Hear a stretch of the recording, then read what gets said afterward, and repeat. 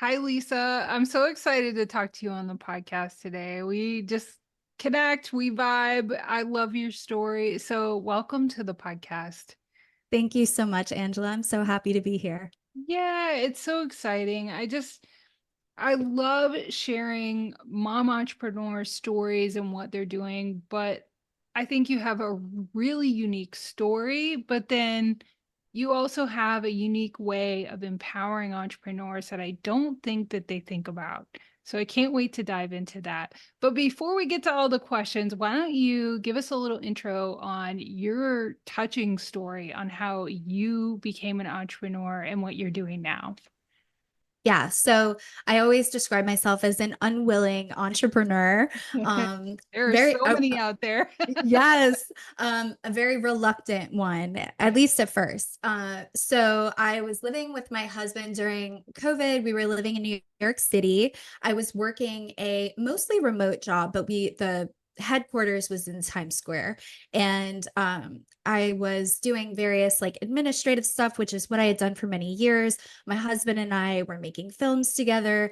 And so I kind of had these two different worlds that I just assumed would never really come together, like my professional way of earning money and my creative life with my husband. And I asked my boss at the time, like, hey, I'd like to move back to be near my parents. And I'm sure a lot of people experienced this during COVID, where it was like that really scary feeling of like not being able to be with the people that you love. Like we had a flight scheduled to go home for that Easter and it was canceled. And it was like all of even the rental car agencies around us were all shut down. And we couldn't even get a train out. And I'm like, my loved ones are in New Orleans. I'm in New York, and I have like no real way of getting to them. So that really freaked me out.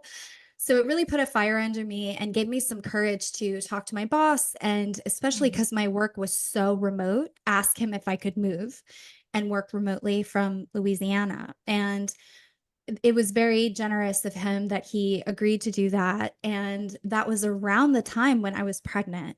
Mm. And so I was on a cloud, I'm living right next door to my parents, like for the first time in like 18 years.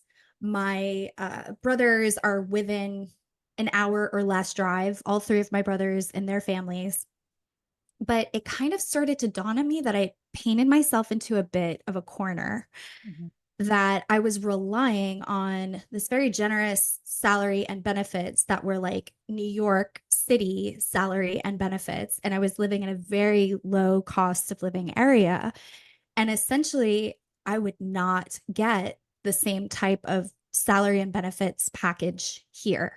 Mm. Even in the city of New Orleans, it would be very unlikely, especially for that level of work, like administrative manager, executive assistant, events coordinator type of thing. And so I think the wheels started turning. My English was my degree in college, Mhm. and I have been a writer my entire life, but I think I've really taken that for granted and never really thought I could make a living doing it. Mm. So I had my daughter, that was March of 2022, and postpartum hit me really hard. Um, and my postpartum anxiety presented itself not so much. I know a lot of people talk about like fear about the baby's health and stuff like that. I certainly had some of that, but my main postpartum anxiety fixation was providing for my family. Mm. And it would wake me up in those like couple of hours between feedings in the middle of the night. And I have the waking thought of, if I lost my job, like we are effed, like seriously, Mm. because for all the reasons I just explained. Mm. And my husband has mostly a creative background. He can do some video editing, but it's all kinds of services that we would have to like get the flywheel going. Mm. Um, and not necessarily lend itself so nicely to finding a position nearby. So, like, very unconventional paths. Mhm. And I spiraled. I did okay for the first few months. So a heads up to people who, if, because I think you hear a lot about postpartum depression, possibly like setting in around whatever, like in the early weeks, there's like baby blues. And then right after that, if you're feeling it, it could be like postpartum depression. Mine kind of didn't set in until like the end of month 2. Hmm. So, just a heads up to people that it can be a little bit delayed even by the timeline. And I've heard people as late as 2 years struggling with it. Yeah. Hmm. So, and it's the type of thing where if it goes a long time without being addressed, it kind of just like drags on like this untreated wound. Yeah. So my anxiety fixation was about providing for us. And then uh, I come back to work after maternity leave, and I got some communication from my boss that was indicative of him wanting to sell the company. And I I just felt like the floor dropped out from beneath me. It felt like the exact sort of nightmare scenario that I had been worried about was upon us. And luckily, I wouldn't get laid off for another year, Hmm. but I hit the ground running at that point, and I Hmm. was very lost. I'm like, I was looking up everything from like, should I become a dental assistant, like a hygienist? I'm like, Mhm. everybody needs a hygienist, and they're lovely. They're such nice people, Like I'm like, there must be something to that. Like maybe it's a good thing. I looked into that. I looked into even law school because my dad had begged me Mhm. when after graduating from college, he's like, please, Lisa, like I think you would, he's a lawyer, my brother's a lawyer. um yeah. And I talked to my dad about it. I remember we have a barn here. It's like remote, alligators, raccoons, possum kind of land. So we were standing in the barn, and this was before I'd gotten laid off. But I think I had started back at work, and I got that email that really sent me. And I started talking to him about how worried I was and lost, and I didn't know what to do. Mhm. And like thunder cracked through the sky, and the sky opened, and it just started pouring raining. So we were kind of stuck in the barn with each other for a minute. Mhm. Um, and I think he was like really um taken aback. I'm like crying, gushing, just like, I don't know what to do. I think the company is going to do this, and I don't know what kind of job to get, on and on. I was like, what do you think about me going to law school? And he's like, yeah, Lee, I think that ship has sailed. And I mean, I think if I had been burning for that, he would have, been like, yeah, let's try to figure out a way to do this or something. Mhm. But yeah, so I left that conversation, and he kind of just left me with the words of, you're going to figure it out. Mhm.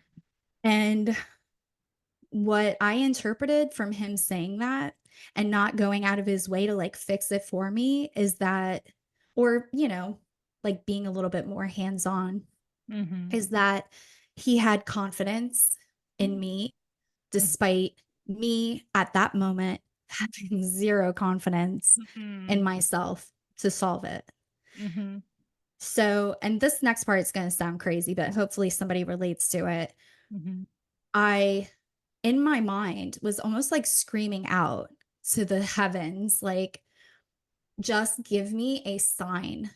Give me a sign, and I will do whatever it is. You want me to open a lawn care business? You want me to be a dental hygienist? Like, I don't care anymore about doing things that make me happy. I just need to provide for my family. Mhm. And I heard almost in a whisper, which sounds like a psychotic break, but whatever, um, copywriting. And I had been on this woman's email list for years and years and years. And I was intrigued by it, but I thought it was a scam. So I did a deep dive into her course and everything. And I think from the time I heard that to the time I signed up for her course, it was probably less than 2 weeks. So I was diligent. I was like, okay, I'm going to listen to this voice. Hopefully it's got my best interest in mind or whatever. Mhm. This like inner guidance. Yeah. And I am so glad that I was that diligent. So every morning for about 30 minutes before I got my workday started, I would listen to the course and implement it. And it was a very good course because it was like, um, okay, we're going to start writing now. You're going to start building your website now. It wasn't a lot of just theory. It was like theory, practice, theory, practice, theory, practice. So as I was learning, I was implementing it, making a portfolio, building my website, reaching out to people. And so that meant that by the time I truly actually did get laid off, I made myself a nice little exit ramp for my business. Mhm. I love that. And so, I mean, there's so much there in that you had this dark night of the soul moment and you listened to the voice that you heard, which I think is so important. We stuff that. We don't pay attention. And I believe we have everything we need in ourselves. And we just need to get quiet and listen, especially at times when you're just like, I don't know what to do myself. So the fact that you listened to that and you just started making this plan, and it takes so much faith, it takes so much courage to just go, I don't know what I'm doing, but I'm doing it and it's happening. And so how did that turn out? How long ago was that you just were full-time doing your thing, and you do copywriting now, right? Yeah. Yeah, yeah, Mhm. yeah. Yeah, so that moment of, "Oh, I need to be copywriting," was almost Mhm. exactly 2 years ago, a little over 2 years ago. Mhm. So that's when I started, and then I got laid off about a year after that, Mhm. but I'd already started my business. So Mhm. at this point, it's funny, like, my business is as Mhm. old as my daughter, pretty much. Mhm. Mhm. Um, so they all grew up together. Mhm. And yeah, I mean, before that, it's so funny. I feel like, especially, I hope some administrative professionals or people who kind of like fall in that category can relate to Mhm. this. I feel like when you do that kind of work, you can do anything, Mm. anything, because Mhm. people treat that position often admin, executive assistant, personal assistant. I was Mhm. personal assistant for like very, very wealthy people for about a decade in Mhm. Manhattan. And they kind of treat you like, often that role gets relegated to this like miscellaneous catch all, Mhm. where it's like it's not really in your job description, but like who else is going to do it? So you're writing to a senator to get your boss a last minute passport renewal before they leave town next week, Mhm. Mhm. and you're putting out fires that like you were never trained to put out, but you got to figure out how to put them out. Mhm. So, if I hope that can encourage someone, if you are in a position like that, you have a background like that, I think it's Mhm. very easy to think like that's the ceiling. That's what I Mhm. thought. I'm like, okay, Mhm. well, what's after an executive assistant? Like uh office manager, like that doesn't really like fit with my skill set, doesn't fit with Mhm. my logistical reality of like Mhm. living out in the country with my baby and wanting to be around her as much as possible. Mhm. But what I didn't realize from doing all of that administrative work, and then on the professional end of my life, producing films where it's the Mhm. same thing. It's like, Mhm. it's a miracle that like any film ever gets finished. Okay. That's like, that's the reality. It truly Right. is. Like, Uh-huh. whether you are Avengers or you're, Tommy Wiseau, that Mhm. infamous guy from The Room, Mhm. who's amazing. He's actually like he used to live in this area, but um you have to figure out all kinds of stuff, especially if you have a small budget. On Mhm. the fly, you're like, okay, your actor's not showing up and you only have this location for the next 2 hours, or you only have daylight for the next 3 hours and you need this Mhm. particular type of shot, or you've got $500 for props and set and feeding your people. So you got to make it stretch as much as you can. Right. Yeah, and I think your point is well made that oftentimes, and I did this myself before I became an entrepreneur, is we discount our experience, we discount our skills, the things that we do well. We often find it easy or just don't really give it credit. And we don't also, especially as moms, value what we do as parents in managing our children and our homes and everything, and how that Mhm, relates to business. mhm. And so all of that just really uniquely qualifies you to be a business owner. It's not you can be a business owner in spite of that. Oh, yeah. Yeah, for sure. And yeah, to your point, I feel like so I had this part of me, especially being in a support role in so many Mhm. capacities of my life Mhm. for so many Yeah. years, which I feel like is very analogous to being a mom, raising family, being a homemaker. Like it's a lot of service. It's a lot Yeah. of thinking about other people's needs, Mhm. anticipating all of that stuff. And like also just logistically, like being a Mhm. logistical genius. And Yes. and like foreseeing things down the line, like it's Mhm. insane the amount of skills it requires. And Mhm. I think for so many years I felt very resentful that I had to be on the ball so much and I was Mhm. interfacing with people who were just so flaky or like, you know what I mean? Like I'm like, Like, do how did you live this long? I know. And I would get so infuriated by that. Because they rely on people like us. I'm like, where is the justice? This person can't even read a flyer correctly. I'm not going to read it for you. Read it. Right. And That just means you have a really marketable skill. and it also means when you go into business for Mhm. yourself, Mhm. that you fill your own cup, Mhm. your conscientiousness, Mm. your professionalism. Just showing Keep up. Yeah, your integrity and Yeah. keeping a standard for yourself that does not fall Mhm. regardless of the people you interface with. Mhm. You then get to reap Mhm. all of those benefits Yeah. yourself. Yeah. It's your brand, it's your business, it's your services, it's Mhm. the impact you make and how people feel working with you. And Mhm. it's no longer like, well, gee, I hope my boss notices how endlessly patient and Mhm. whatever determined I've been, and maybe I'll get that 3% raise, like you are the sole beneficiary of all of those talents and attributes. I love that so much. I needed to hear that, I don't know, a handful of years ago.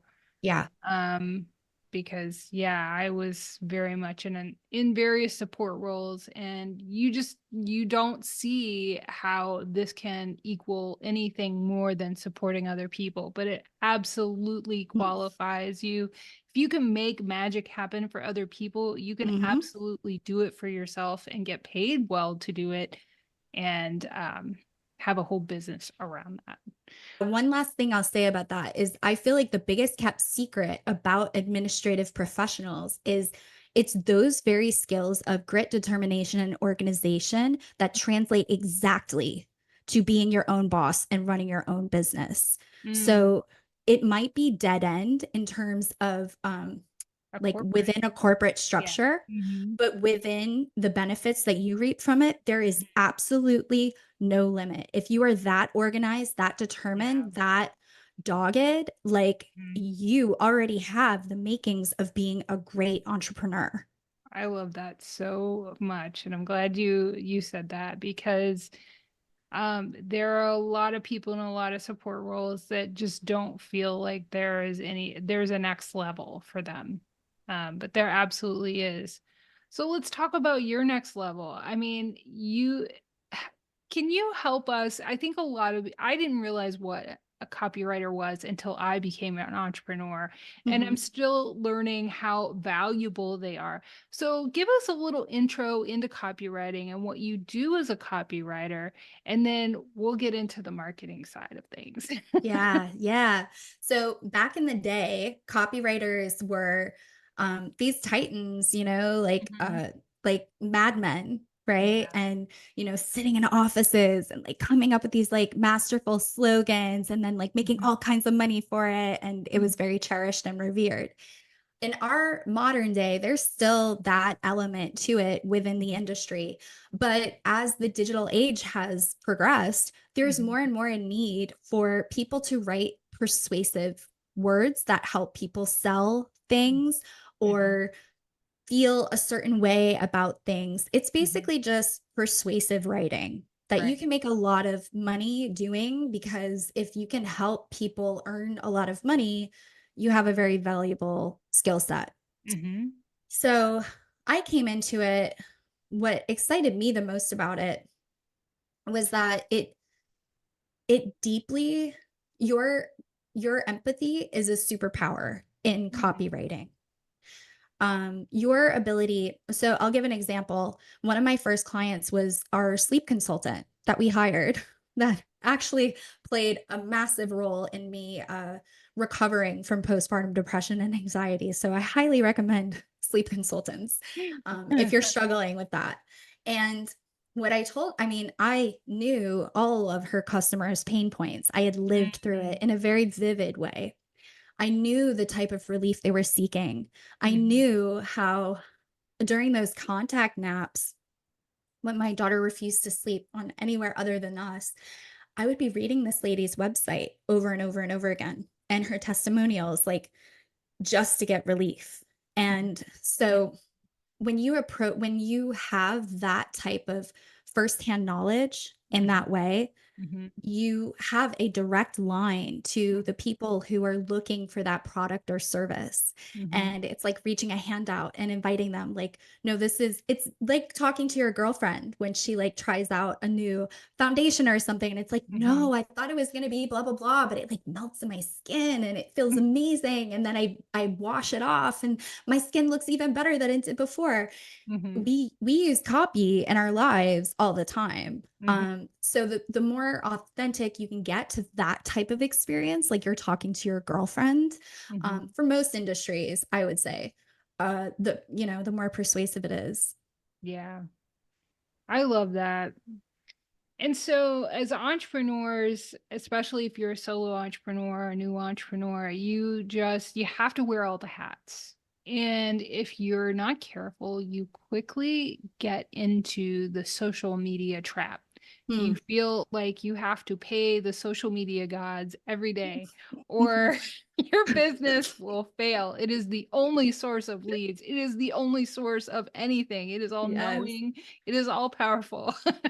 Yes. Yes. So I hate to see entrepreneurs get into that trap because there was a time where I felt that way. Hmm. And so I love how you empower entrepreneurs and the moms listening on how they can begin to own their own audience and to Hmm. really get clear on you don't own your audience on social media platforms. They can be Hmm. gone in an instant.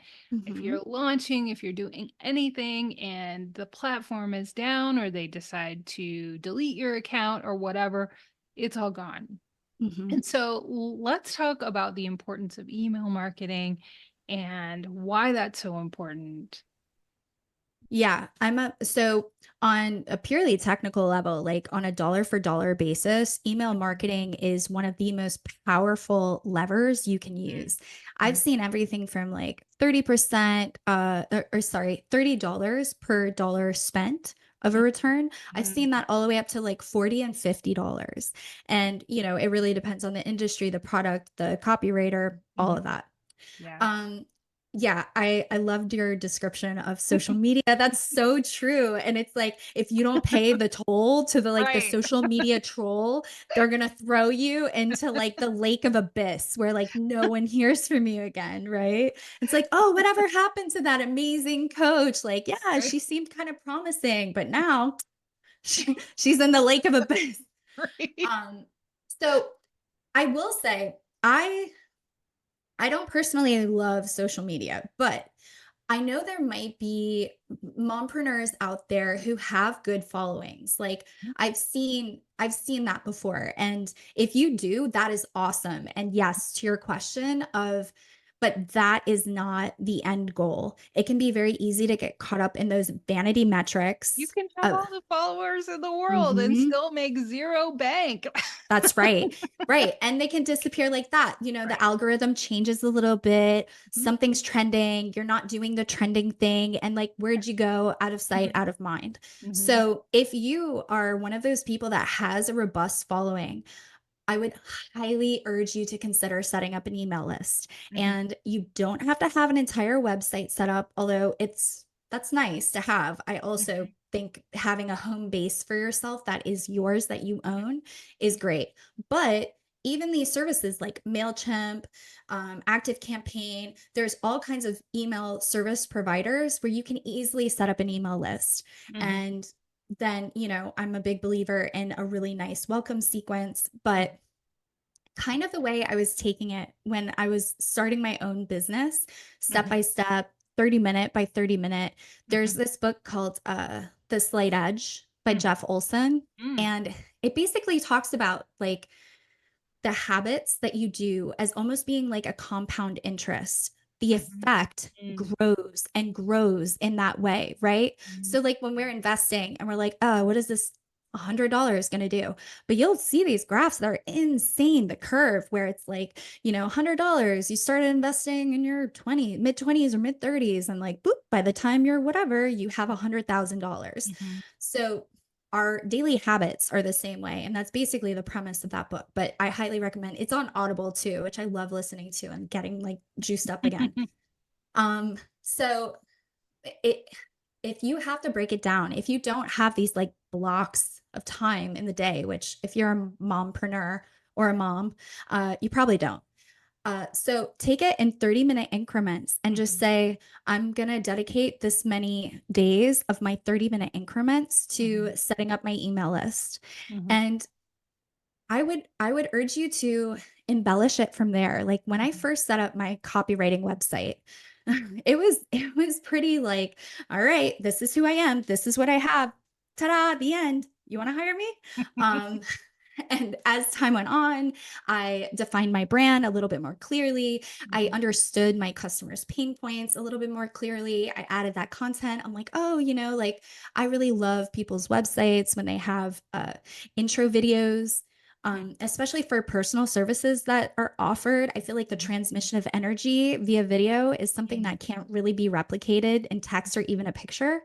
Mhm. So, you start to modify and refine and embrace the imperfection of taking action before you're 1,000% ready. Because if you are 1,000% ready, it might be later than you should have started. Might be, or it might never Yeah. happen, quite Yeah. honestly. Who Yeah. who feels 1,000% ready? Right. Yeah. Yeah, for sure. Except for vacation. Yeah, right. Yeah, we're always up for vacation. Yeah. So, okay, you talked about some email sequences, which for somebody listening who doesn't know about anything about email, you can actually set up like a series of emails that kind of Mhm. go, you can schedule out, Mhm. certain actions might trigger certain emails and that kind of Mhm. thing. So, what are maybe some tips on the sequences that maybe we should have? Maybe the basic is a welcome sequence. And then how can we better manage our email? Like it's daunting. Yeah, for sure. So, in terms of sequences, especially if you're just starting out, I think a welcome sequence is the biggest bang for your buck. Mm.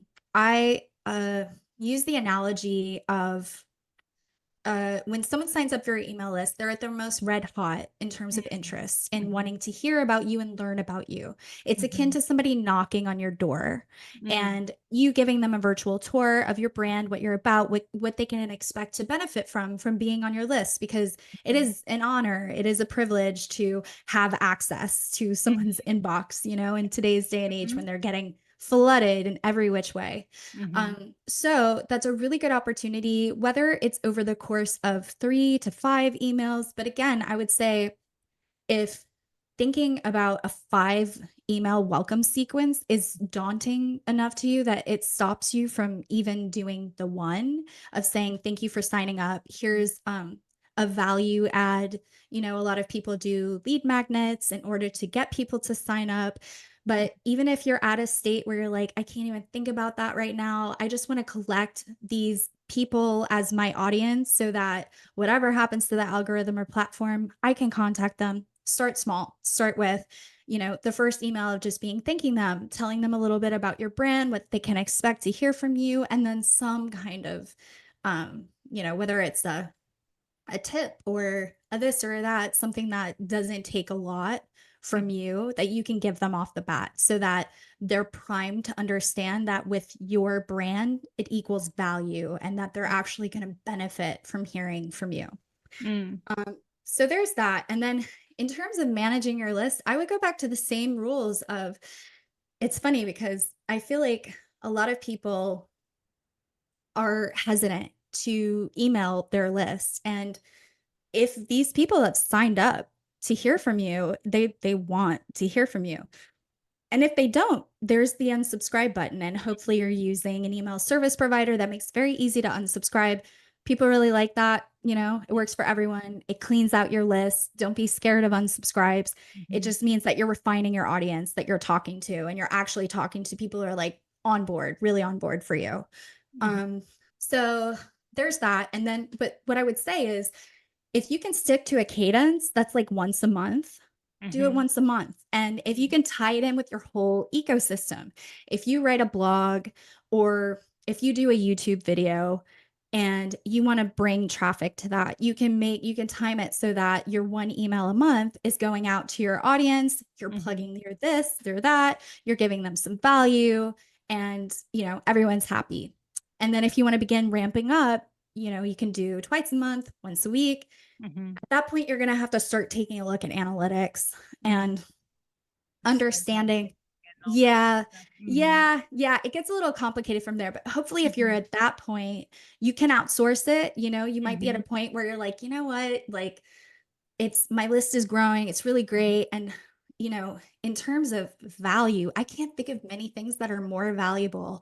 I've heard from like massive entrepreneurs, like if I Mhm. lost everything, I would start with my email list. I Mhm. would I would build everything back by Yeah. starting with my email list. Yeah. Because people don't necessarily check YouTube, Instagram, TikTok every day. They are checking their email every day, unless they're like on vacation, maybe. But then they come Really? back and I mean, I Yeah. check my email on vacation all the time, but yeah. So it's a very, very powerful tool and it can be scaled to as big or as little as you want it to be. I would just say as a general rule of thumb, I don't know if you know that YouTuber Jaclyn Hill. I don't know if I do. Yeah, she's in the beauty space. Mm. There's this like notorious thing about her among her fans. Like they love her so much, but they really resent that the only time they hear from her that she'll like show up and make a YouTube video, at least for a while, is when she's got something to sell. Mm. So that's another reason why you want to Mhm. be emailing people consistently by Yeah. not just like, hey, got a new course, got a new service, blah, blah, blah. Mhm. Because then that's not really a value add proposition to your audience. That's more just like, asking for sales. Yeah.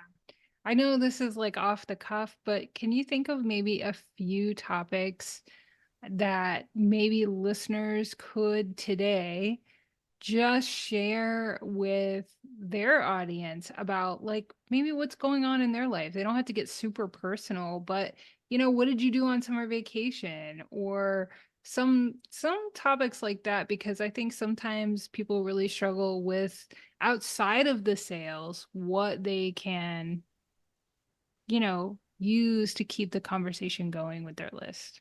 Yeah. So I belong to this massage therapist email list. She's based in New Orleans. Uh-huh. I've had one massage with her Uh-huh. over the course of, I think I signed up for her list like 4 years ago or something. Wow. I will not unsubscribe because she is such a good storyteller. Like, I love that. a lot of stuff she tells. So, right. So she's based in New Orleans. She's in this like beautiful, like shotgun house there. And Mhm. she's like a very eclectic soul. She goes to like a lot of bookshop events, bookstore Mhm. events, like local things, like music festivals and Mhm. stuff. And she'll talk about everything from like, Mhm. this is what she's been hearing from her clients a lot lately, like kind of this is like what's in the ether, like what people are struggling with, to Mhm. like this is a personal goal of hers right now and she's Mhm. struggling with it but she's going to Mhm. stick with it because it's important to her. Mhm. Or this is a book that I read that I really Mhm. liked, and she just makes it so personable and so consumable. It's, again, going back to that thing, like the closer you can get it to like we're just two friends Mhm. talking, Mhm. and that's the social media content that I love too. I think that's Mhm. why someone like Mel Robbins took off the way she took off. Like Mhm. her TED uh her TED talk was so, Mhm. like, she was wearing sneakers, Mhm. she had a dress on, but she was wearing like Converse. And Mhm. she had that beautiful moment of like, you know what, I'm gonna hop off the stage right now. She's like, yeah, I'm doing it. And she like, like not 1,000% gracefully, because it's like an awkward thing to do, like hops off the stage and like goes Mhm. out into the audience. And she's just so, she feels like her. Yeah. Mhm. And that's how I feel about this massage therapist. I feel like I know her. I want to hear from her. I love her stories. I love her Mhm. perspective. And I don't mind when she's like, we got these specials going on at the end of the email, right? She'll be Mhm. like, we got these specials going on this month if you want to check them out. But she spends like 80% of the Mhm. email doing other stuff, Mhm. giving value, giving perspective, connecting, and 20% being like, if you're interested. And yeah, that's probably why I won't ever unsubscribe. And that kind of speaks to something that I think a lot of marketers don't like to talk about, maybe Mhm. especially email marketers, which is Mhm. like sometimes the life cycle of Mhm. a sale is like Mhm. way longer than you want it to be. Like if you think Mhm. about it, I was on that email list for the copywriting course for like 4 years before I bought the Mhm. course. Mhm. But I continued to stay on because of the Mhm. value she continued to provide. And it was compelling enough Mhm. so that the author of Storybrand talks about this, Mhm. Donald Miller. Mhm. Yes, I love him. He Mhm. he talks about how in a sales cycle, Mhm. you always want to be reaching out to them because you never know when when your communication and their moment of need will collide. Mhm. So you Mhm. need to be reaching out enough that, unfortunately we all have these like various crises or moments in our path where we're like, "Ah, something's got to change. I got to take some kind of action. I need some kind of assistance or help. Mhm. This isn't doing it anymore. Just me trying what I've done for however many years." Mhm. And that's when you want to be in their inbox. Yeah. I love that. I mean, we could go on forever and we're coming up a little bit against time, but I wanted Yeah. to also make sure that we got in, how you're managing being an entrepreneur with being a mom and how you manage that. And if you have any tips for moms listening who are doing the same. Yeah. So at first, I remember tearfully requesting for my husband that even though I was laid off, I was still going to need him to, because he's the primary caretaker, Mhm. I still had to treat it like I had a job. Mm. Um, and I Mhm. was like, Yeah. look, I know I'm not going to be earning money for a little while from this. Mhm. I Mhm. mean, I did have some clients that I was starting to build in the background already, like with that off ramp. Mhm. But at that moment, I actually dipped my toe into applying for full time positions. Mhm. And it was because of the lack of success with that. Great. Again, the unwilling, reluctant entrepreneur, that, and I kept getting either referrals or people I would reach out to via email, which can also be a good prospecting tool for some products and service. Well, for some services, I was getting interest that way. Mhm. And he was kind of like, hey, maybe you should go in the direction of like what's working. And I'm like, oh, but that's so irresponsible. How can I be an entrepreneur building a business when I've got a little baby? And, that's, I had this idea that it was like the irresponsible thing to do, even though there was like money coming in. Mhm. So I had to get over that. But all that to say that in the beginning, I was spending a lot of time. And luckily, I had my husband to support me doing that. He was the full time caregiver, homemaker, and I did my regular business hours as if I had a 9 to 5. And then things started to get better and I started to scale back because I'm like, listen, if the whole point of like working from home and being my own boss is to spend more time with her than my daughter Violet, then I can't not see her. Like, Mhm. what's the point? Yeah. So I've gone through my different seasons, even as early in the game as my business has been, of going full on, scaling back. We recently had a vacation. I think it's really good to, if you're like me, putting it in your calendar and then working around it. Mhm. So I take my daughter out on Fridays because I always love the thrill of like, it's a Friday, I do what I want. Right? I don't take meetings on a Friday. Like Violet and I go and we go to like the coolest things. Like, there's this place that's like an indoor play gym that is just like spectacular, massive slides and like whatever. So I'll take her there like almost every Friday. Mhm. Or a new playground we haven't tried before. As she gets older, we'll do more and more cool stuff. Um, but I think if you're in a place where you can structure it, Mhm. pre-planning and structuring in those times, whether it's during the week or the weekend, where it's like, this is family time. And for me, once I schedule them, I'm Mhm. so happy to have them because Mhm. my daughter fills my cup. Like, Yeah. especially the older she gets, the more her personality comes out, like the more fun and just like, oh, just so cute. It's like I don't want to be away from her. So, and how fortunate am I that I get to do both? It's amazing. Yeah. I have a 17-year-old and I still feel that way. Oh, I love that. I Oh. do. I mean, I drop her off at school and I'm still just like, I'll see you later. Aren't they it's so I love that. Yeah. And I especially love hearing from parents because I feel like, especially early on when I was struggling with postpartum depression, it felt like any negative thing that people would say to me Mm. about like, just you wait, felt like Oh a gosh. dagger in my heart. Like it was so painful. And I'm like, I'm already struggling so much. Oh If it gets gosh. worse Yeah. than this, I don't really know what I'm going to Yeah. do. And I hope someone can get solace from this. Like, it was a lie. It Yeah. was an Yeah. absolute lie. Everything they Yeah. said. Wait It's till she the same. starts crawling. Yeah. And she started crawling and it was so adorable. It was like this adorable little Yeah. squishy, like popping Mhm. up around the coffee table. And Yeah. I'm like, hello. Yeah. Or like she starts walking and she got so happy. Like my daughter has Mhm. always been like very independent, very curious, and a lot of little babies and toddlers, kids are. Yeah. And every bit of independence she's Mhm. gained has Mhm. made her happier. It's made us happier. Like, Yeah. yeah, we got to chase after her sometimes, or there's a tantrum or something, but I'll take it any day. There's this saying like, you're either a baby person or a toddler person. I guess it's lucky. I'm definitely a toddler person. Um, but yeah, it's just gotten better and better. So if there's anybody hearing messages like that, like, please don't let those people scare you. That's total projection. Yeah, Yeah. Absolutely. Well, I love that. Lisa, I could talk to you forever. You're just I such a joy to know. talk to. You have so much to share, and I'm honored to be able to highlight what you're doing and your perspective and your story. So, if you had a takeaway or takeaways for listeners, what would that be?